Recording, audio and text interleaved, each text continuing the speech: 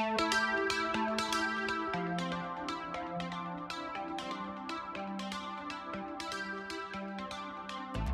about HTML color. And to kick off, I want to just show you a couple of different sites that are very helpful when deciding what colors you're going to be working with in your color palette and then how to call them in your code. So the first website we're looking at is off of W3 Schools, and it is their color picker. And the reason I like this resource over other resources is that it has options here where you have a pick a color, and these are kind of those standard web safe colors. Once upon a time, monitors could only show a limited number of colors, so these were considered web safe colors. So that's still a standard that we're drawing from. So you can pick a color, but then it's going to show you what text is going to look like over top of that color. So it's very helpful in understanding if you would have to make, in this instance, when I have this kind of light peachy color, I'm probably going to need some black text or dark colored text to show up where white text is really getting lost.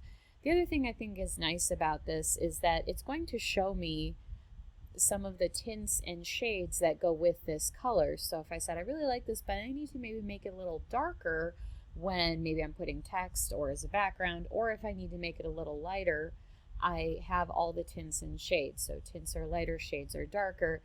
And I can see all the tints and shades of this color here. So that's helpful if I'm trying to build a palette or using darker, lighter tones of this color when I'm working on my website.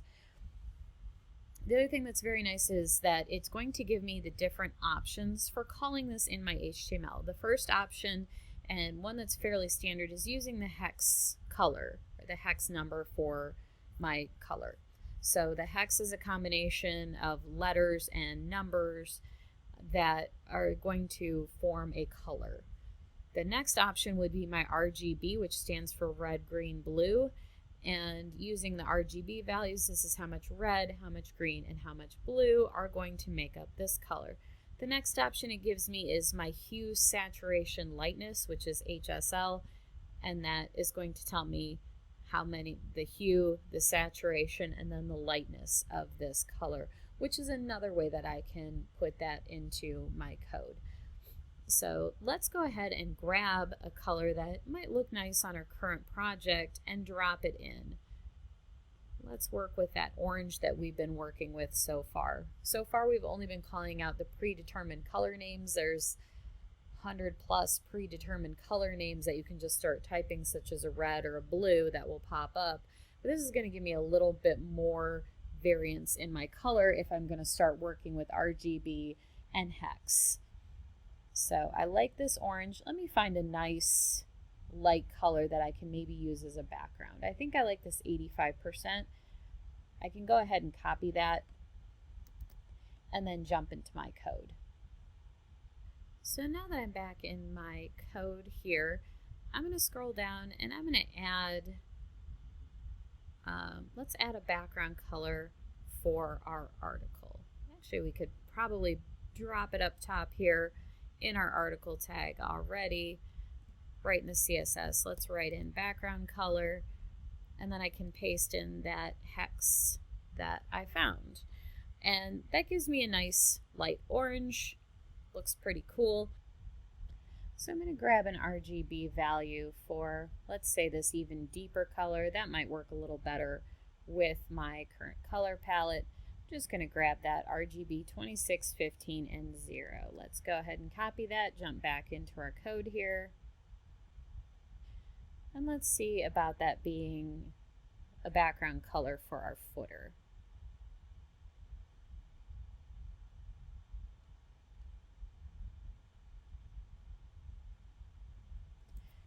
So we'll set the background color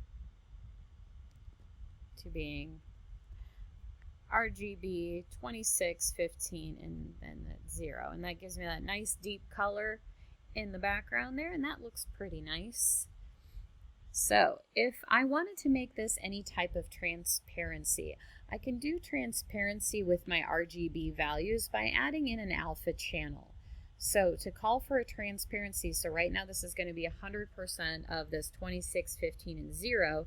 If I said, well, let's see what it looks like at 80% opacity, I would type in RGBA, and then I can put in a comma here, oops, comma there, and put in 0.8. And that's going to give me 80% because it's 0.8, that's 80% opacity. And you see how that dropped that back a little bit. Now I can read that text, which I should change the color of it. So let's even see what that would look like at, say, a 50%. There we go. Now that is 50% of that color. So that gives us some transparency and opacity. So if I had a background image or something like that with it, I could have some color over top of it. Or if I wanted, for any other reason, something to kind of just drop back and be a little lighter, I can do that when I call for those RGB values. So again, if you want just a solid color, it's just RGB by itself. Eliminate that comment there. There we go. So I'm just going to call the 3 values in red, green, blue.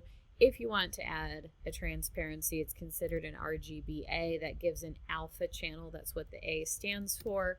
And then you can type in any percentage. So it's going to be 0.99 for 99% or 0.01 for the lightest you could probably really get on something to really eliminate that transparency.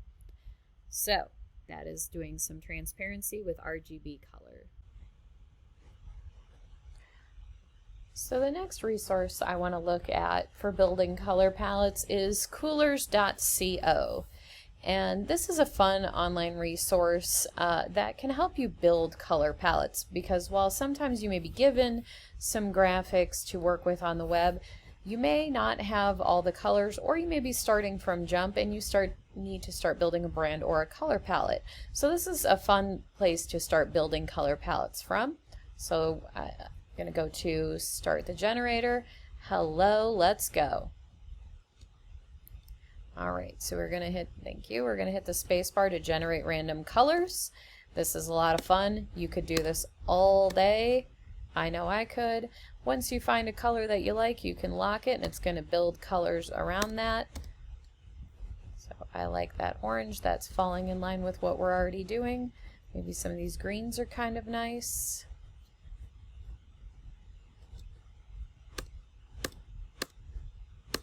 Just hitting the space bar and finding different colors.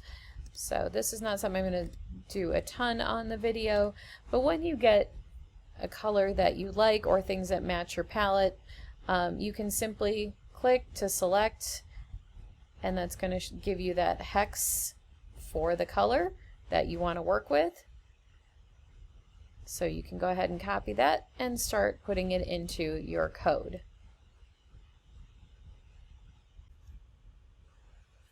So now another option for figuring out colors that you're going to work with in your website would be to pull or draw colors from assets that you already have. So let's say you've been given some assets by a client, maybe they have some brand colors already, but you don't know what they are, or they only gave you a graphic. So we started out with this goose graphic for our website, and I want to draw some colors off of here to use within my website. So I can use an eyedropper tool to determine what those actually are, because while this is a kind of a funky gradient, I want to grab a few of these so I can work with them in my site and make my site match it better. So to grab those, I'm going to use my eyedropper tool within Photoshop, and I can simply eyedropper onto an area that's going to change my foreground color. I can just click on that foreground color here, and that pops this up, and this gives me a lot of information I might be concerned with. So it's going to give me my RGB, which is the 250, 234, and 129. So if I want to call for that within my color palette, I can, or I can grab the hex code. So I'm going to go ahead and mark those down for myself, because I'm going to grab a few of these and turn them into a gradient. So I'm going to grab that deeper orange that I'm going to work with. If I don't like those colors, when I have that color picker drawn open, I can click around and you can see that some of this is changing. It's changing those values. I want to again grab a deep color. I'm going to copy that hex. And then I'm going to make a note for myself within my code editor right in here, I just made a little comment for my color palette. So I'm going to say light yellow is this, and I'm going to say dark orange. This way I have it referenced if I'm picking out colors so I don't have to go back and find it later. And then I'm going to also grab that RGB for that dark orange.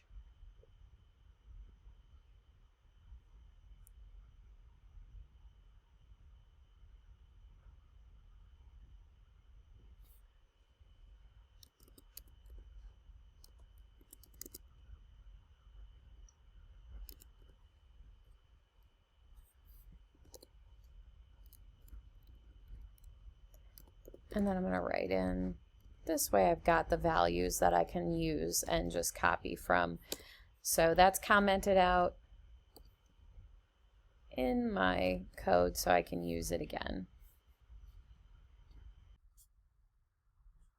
So now we're going to use these two shades that we have to make a gradient, and I'm going to swap out this background color for my article. So to define a gradient, I need to first find my article tag. There we go. And instead of background color, it's going to be background image. And then I can call out a linear gradient. And then inside those parentheses, you can call out first the direction and then color stop 1 and then color stop 2. So color stop 1, we're just going to do the standard direction now. So color stop 1 is going to be that light color. And I need to ensure that I put that little hash sign in front of it. And then I'll do a comma. And then I can put in color stop 2.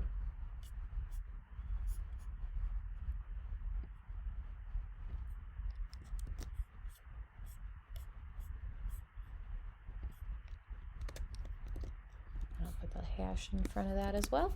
And there I have my gradient. So it is going from color stop 1, which is the light yellow, to color stop 2, which is that darker orange. And you can see that that matches really nice with the graphic here. So now if I want to adjust this gradient in any way, I can add in a direction to it. So that's the first part of this, is you can add a direction, then your color stops.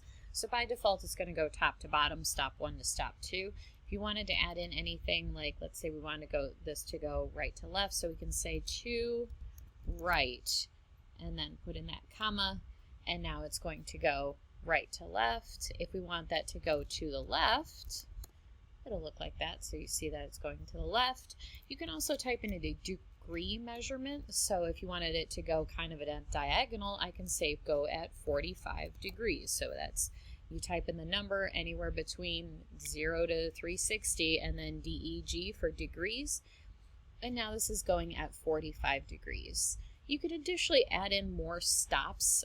By default, a gradient needs to have 2 color stops. You can have multiple colors in that color gradient. So if I wanted to repeat this first color stop and have it go light to dark and back to light, I can do that. I simply just need to put a comma and then I can put in another stop, and you see that that's going to give me this kind of 45 degree light to dark and back to light. So that's how you can build a basic linear gradient. There are more gradients that you can mess with. You can really fall down a rabbit hole on doing different stops, different degrees, different transparencies. Sometimes more is not always better in terms of design, but this is just some basics on putting in a gradient using HTML color. So thank you guys for watching, and I'll see you on